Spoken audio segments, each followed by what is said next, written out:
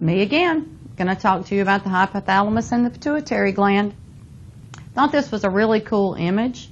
Hopefully you can look at this image of a cadaver and realize that you are looking at what type of section, dividing into a left and right, so it's a sagittal section. And also, hopefully you can identify some of the structures. Of course, you should be able to find the brain. And this little white band of tissue here is the corpus callosum.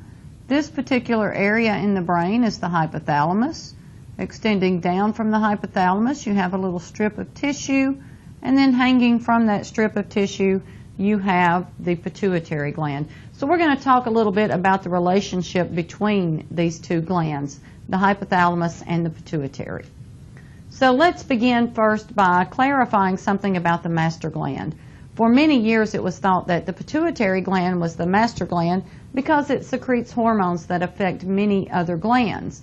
But you will soon find out that the master has a master, and the hypothalamus is the true master because it secretes hormones that control the pituitary gland, and then the pituitary gland in turn secretes hormones that control other glands. Okay, so the pituitary gland, both the anterior and posterior, are controlled in some way by the hypothalamus, and you'll see that those two ways are very different as we continue our discussion. All right, so let's look at the little cartoon image now. Of course, up here you have the hypothalamus, and the lower part of the image is the pituitary gland. The pituitary gland is divided into an anterior pituitary and a posterior pituitary, two very distinct glands in the tissue that they are composed of, as well as the way that they are controlled by the hypothalamus and the way that they secrete their hormones.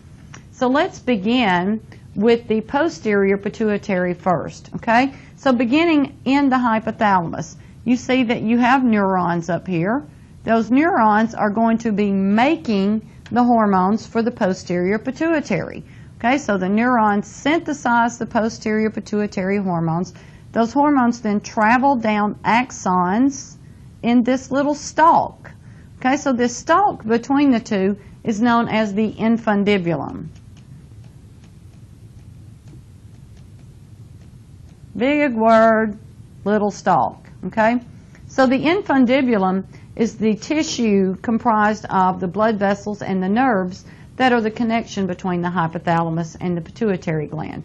So you've got neurons up here in the hypothalamus making your posterior pituitary hormones, and then those hormones are going to travel down the axons and then be stored in the hypothalamus. Okay? They're stored in the hypothalamus and then they are secreted from the hypothalamus. All right. Remember, your posterior pituitary hormones are going to be made in the hypothalamus, travel down the axons in the infundibulum, and then they're stored in the posterior pituitary. I think I said stored in the hypothalamus a while ago. That's not right if that's what I said. They're made in the hypothalamus, stored in the posterior pituitary. Okay, then when those hormones need to be released, they're released into this capillary bed, and then, of course, out to the bloodstream, out to the body. All right, we'll talk more about those hormones in just a moment. So now let's change colors, and we'll go with red. Now the anterior pituitary, okay, so this is our anterior pituitary over here, makes and secretes its own hormones. A little bit different there, okay? So these epithelial cells in here are going to make and secrete hormones. But those hormones are under the control of the hypothalamus, okay? So up here we have neurons in the hypothalamus that are going to stimulate the release of other hormones. Okay, so neurons are going to make trophic hormones. Trophic means to cause a changing, okay? So trophic hormones are going to be released into the capillary beds. Okay, so this capillary bed that's in the infundibulum is getting all these hormones from these other neurons in the hypothalamus. Now, those hormones from the hypothalamus are going to travel through this portal system or this network of blood vessels down to these epithelial cells in the anterior pituitary. Okay, so these cells are endocrine cells because they make and secrete hormones. Okay, so these hormones that come down through the bloodstream are going to tell these endocrine cells, secrete your hormones, and they do so into the bloodstream where they travel out to other targets. All right, now let's talk a little bit more about what's going on here. So the hypothalamus is controlling the anterior pituitary by releasing hormones that are either going to cause other hormones to be released, so they're releasing hormones, or inhibit hormones from being released, okay? So hypothalamus releases these hormones that target the anterior pituitary. If they have a releasing effect, they cause the anterior pituitary to secrete hormones. You can identify that with a positive. If it inhibits further release of hormones, a negative sign shows that it inhibits. So let's look at the inhibiting hormones first. We have somatostatin and prolactin inhibiting hormones that are going to come from the hypothalamus, target the pituitary gland, and prevent the pituitary gland from releasing growth hormone or prolactin.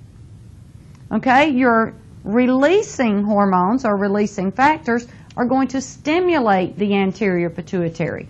So the hypothalamus secretes the releasing hormones, it targets the anterior pituitary, and causes the anterior pituitary to release hormones. Now you're going to learn each one of these, but I'll give you just a brief overview.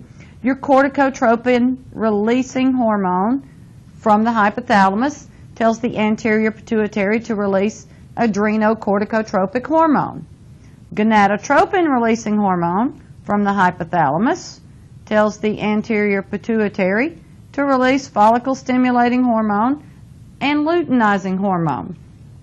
Growth hormone releasing hormone from the hypothalamus targets the anterior pituitary and tells it to release growth hormone. Thyrotropin releasing hormone from the hypothalamus targets the thyroid gland and tells it to release thyroid stimulating hormone. And prolactin releasing factor from the hypothalamus targets the anterior pituitary, which releases prolactin, which targets the breast. All right, so you see there's quite a bit going on there, but it's not that difficult to understand. Just remember, your releasing hormones are going to stimulate the pituitary, and your inhibiting hormones are going to prevent the pituitary from releasing further hormones. All right, so looking at that in a different view. Okay, here, these tubes represent the bloodstream. Let me change colors here so we can see it a little better. Okay, these tubes represent the bloodstream, okay? So in the first tube, we have hormones released from the hypothalamus. Let me erase this so we can see it a little better. Okay, hormones released from the hypothalamus, okay, into the bloodstream, okay? And it shows their action on the anterior pituitary, okay? So these, the second tube here, these are the hormones that are going to be released by the anterior pituitary as a result of those hormones from the hypothalamus. So you can see once again, you've got your positives and your negatives, okay? Growth hormone, releasing hormone from the hypothalamus targets the anterior pituitary and tells it to release growth hormone. Somatostatin inhibits the release of growth hormone. Then growth hormone targets bone, muscle, and adipose tissue and causes growth by mitosis. Prolactin releasing factor from the hypothalamus has a stimulating effect. Okay, so it causes the anterior pituitary to release prolactin, which targets the breast. Prolactin inhibiting factor from the anterior pituitary tells from the hypothalamus tells the anterior pituitary, don't release prolactin. Thyrotropin releasing hormone from the hypothalamus targets the anterior pituitary and tells it to release thyroid stimulating hormone, which then targets the thyroid gland and tells it to release thyroid hormones. Corticotropin releasing hormone from the hypothalamus targets the anterior pituitary, tells it to release adrenocorticotropic hormone, which targets the adrenal cortex, which then releases several different hormones.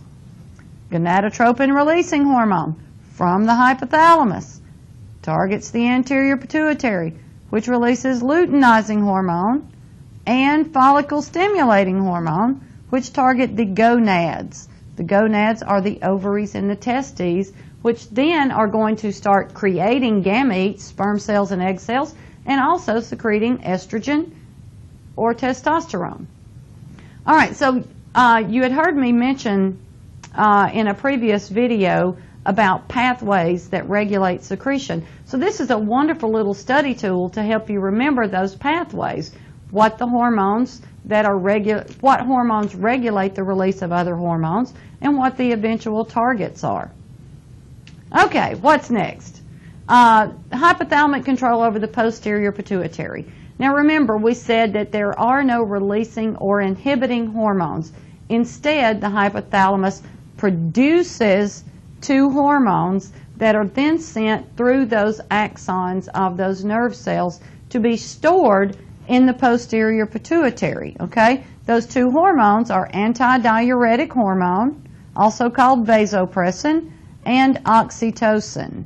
So those two hormones are simply going to be stored and released when the body needs them. Antidiuretic hormone, antidiuretic. What's a diuretic do? Diuretic makes you pee, right? So an antidiuretic causes you to retain water so that you urinate less. Oxytocin is going to have several important functions, but one of the main functions is to cause smooth muscle contraction during childbirth. All right, I think that's all I've got for you. Let me check. Nope.